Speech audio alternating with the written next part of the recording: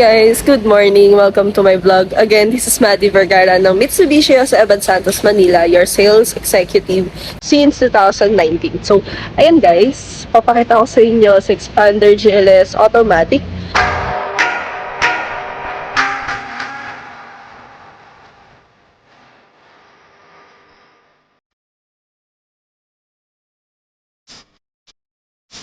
So yan guys, Xpander GLS Automatic Titanium Gray. So pwede siyang pumatak ng at least 5,000 down payment, approved ng RCBC at BPI. So guys, ang possible na maging for 5 years.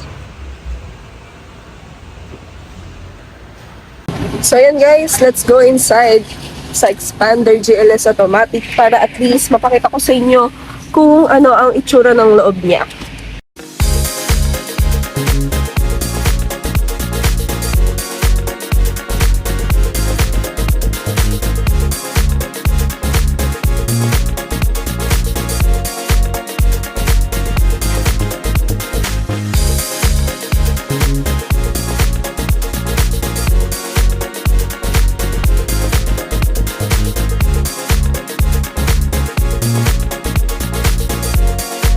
So yun guys, ang steering wheel ni Xpander GLS Automatic, 3-spoke leather wrap, and ayan guys, meron na siya ditong hands-free button, ayan, volume, and sa cruise control. So ito po yung cluster meter niya guys, ayan, kung makikita ninyo po. So yan guys, ito naman po yung pinaka-center sa driver seat ni Xpander GLS. Ayan. So, ito po yung smartphone link display ni Xpander.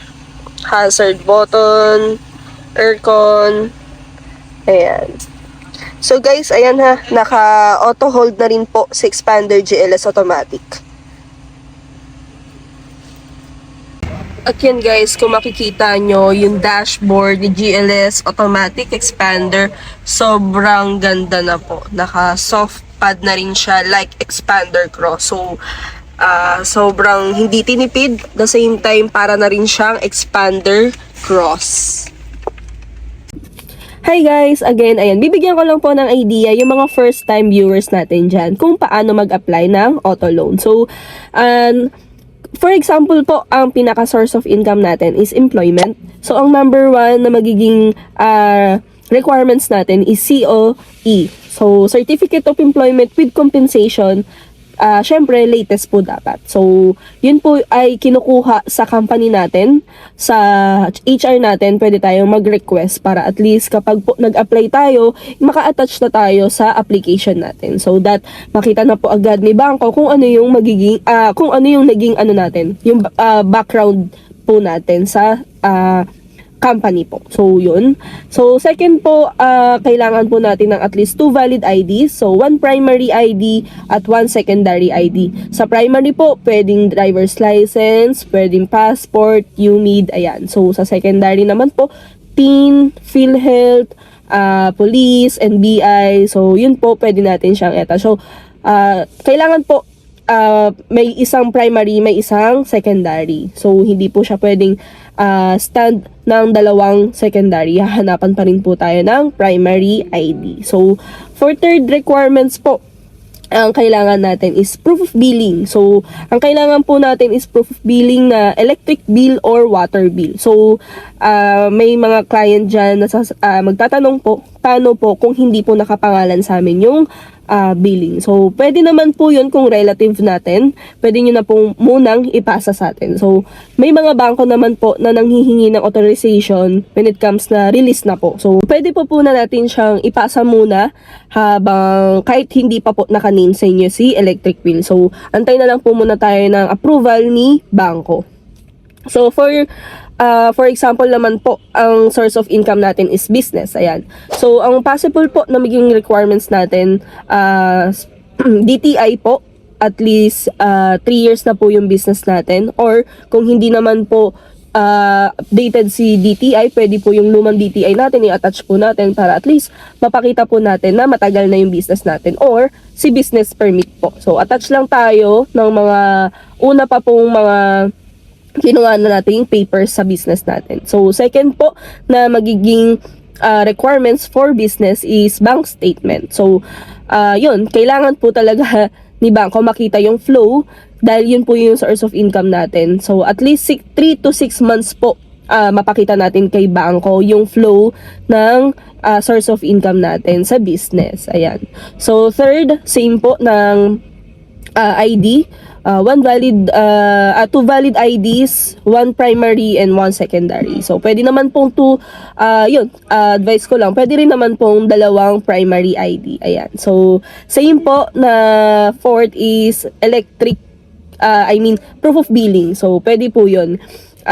Yung electric bill at water bill. Same lang po sa employment requirements natin. So yun guys, for third requirements naman tayo para sa mga OFW. So, ang possible po na maging requirements nila OFW is yung COE with compensation or contract po. So, usually sa mga OFW po, may mga contract na sila bago pa sila pumunta sa ibang bansa. So, for second requirements po, bank statement kung sino po yung nire-remittance natin dito sa Pilipinas. Kung hindi naman po kayo uuwi, ang possible po na maging principal or nakapangalan sa car natin is kung sino po yung nire-remittance natin dito. Tapos po, kayo po yung possible na maging co-maker. Or, second naman po, kung uuwi naman po tayo, pwede po tayo magpa-approve habang nasa abroad pa po kayo. Tapos, magiging co-maker nyo po kung sino po yung nire-remittance natin dito or mapag-iiwanan natin ng sasakyan once na bumalik po tayo sa abroad. So, ang possible po dun sa magiging co-maker or dun sa magiging principal natin, basta po principal, co-maker, first degree, relative lang po. Yung mga first degree, parents, siblings, partner, ayan. So, yun lang po yung pwede natin isama sa application dito sa auto loan. So, for other requirements po, yan, 2 valid IDs, ayan, especially kailangan din po ni OFW ng passport, ayan. So, kung meron pa po kayong valid ID dito sa Pilipinas, pwede po natin siyang ipakita dito kay bangko. So, kung may driver's license din po kayo, pwede din naman po. Wala naman po problema. So, for other requirements po ulit sa proof of billing. So, same lang naman po.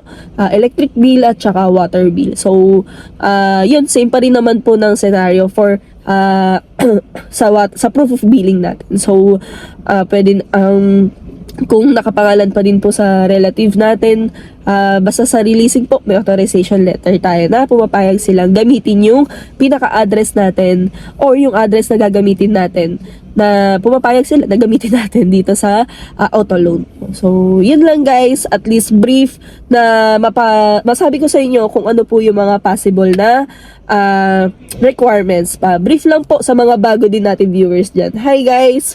Mag-subscribe ka na at ikaw na yung susunod na magiging kliyente ko dito sa Mitsubishi Jose Abad Santos, Manila. So, ano pang inaantay mo? Like na, subscribe na!